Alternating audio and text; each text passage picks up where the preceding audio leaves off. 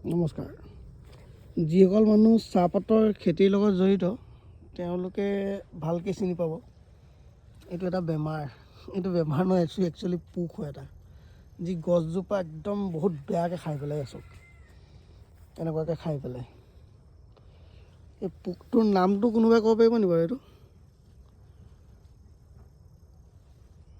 কোনোবাই জানে যদি কমেণ্ট কৰি জনাবচোন দেই, এই পোকটো কি পোক বুলি কয়। এই গছজোপা এনেকৈ কৰি খাই পেলাইছে, গোটেই মানে অৱস্থা বেয়া কৰি দিছে। এইবোৰ দেখিছে? আৰু দেখাই আছোঁ ৰ'ব আপোনালোকক। এইটো দেখিছে? এইটো এটা, তাৰপিছত এইফালে চক, এইখিনি এথোপা, মানে বাগানখন বাগান কৰি থোৱা নাই আৰু বৰবাদ হৈ গৈছে। একচুৱেলি মালিকে অকণমান ধ্যান দিব লাগে। এখন এবাৰ মানে লৈছোঁ, সেইকাৰণে মানে য'তে গৈছোঁ অকল ক্ৰছ আৰু ক্ৰছ। সেইটো দামটো আপোনালোকক এতিয়া মই কৈ দিছোঁ, এইটো ক্ৰছ বুলি কয়। এইটো বহুত লেতেৰা বস্তু হয়, মানে এই বাগান ধ্বংস কৰি পেলায়।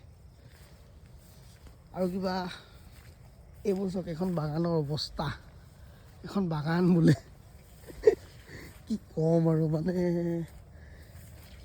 কি কৰি থৈছে বাগানৰ অৱস্থা ক'বলৈ বাকী নাই। গোটেই ক্ৰছ পৰি এদাই, বাগান অৱস্থা নাই। এইবছৰ এখন লৈছোঁ, কি হয় চাওঁ। অ'কে।